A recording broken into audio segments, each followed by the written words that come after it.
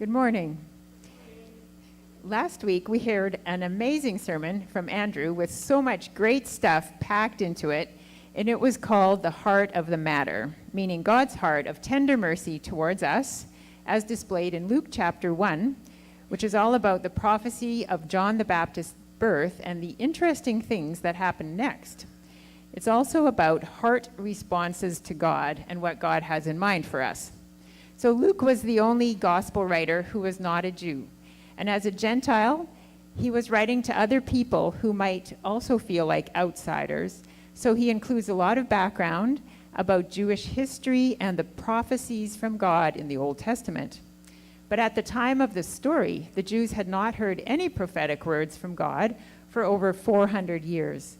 And as a result, many of them had given up the hope of hearing from him again, and they'd become cynical and turned to secularism. In Luke chapter 1, both Zechariah and Mary are visited by the angel Gabriel, who told each of them about a miraculous birth that they would each be personally involved in.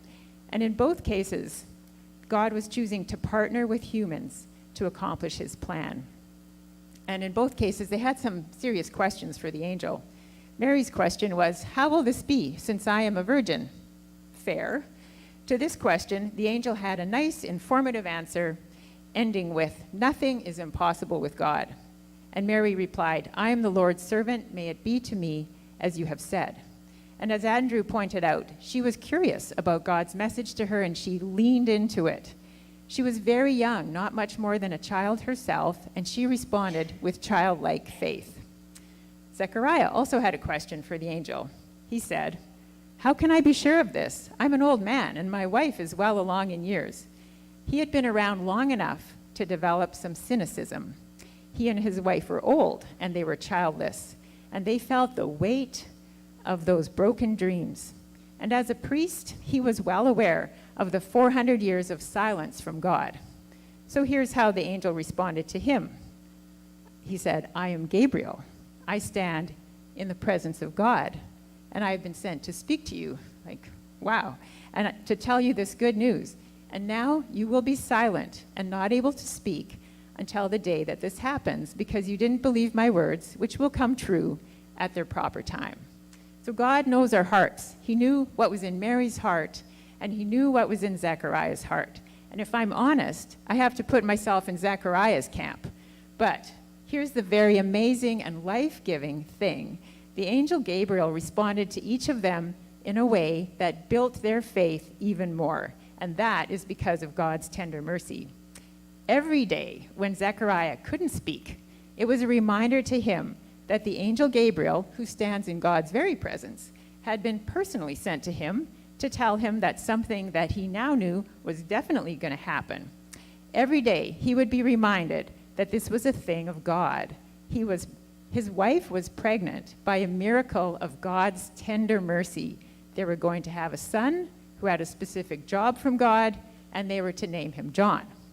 By the end of Elizabeth's pregnancy, Zechariah's faith, his trust in God, his worship of God, had grown to such an extent that he knew exactly what to do when John was born.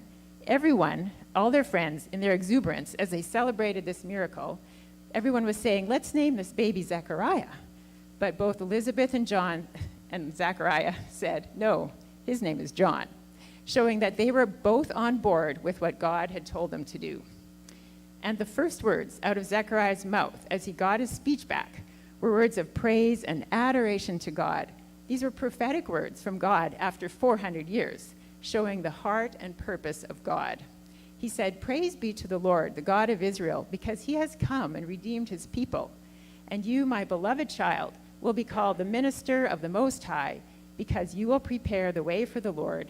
You will tell his people how to find salvation through forgiveness of their sins, because of God's tender mercy." That's God's heart to us. Tender mercy for Jews and tender mercy for Gentiles. And 2,000 years later, he has not forgotten his plan. Andrew told us about the marching orders that we have also been given from God, as he calls us also to participate with him. Our job is to care for the people around us and to prepare the way for the Lord to move in their hearts. And as we do, we need to remember that all of this is because of God's tender mercy. And our words and our actions, as we're interacting with people, need to reflect this same tender mercy. The growth group question for last week was, and it's not too late to think about this now, even though we'll get a new growth group question, in what area of your life do you need to open your heart to God's tender mercy for you so that you can be an agent of peace, sharing the good news of Jesus with your community?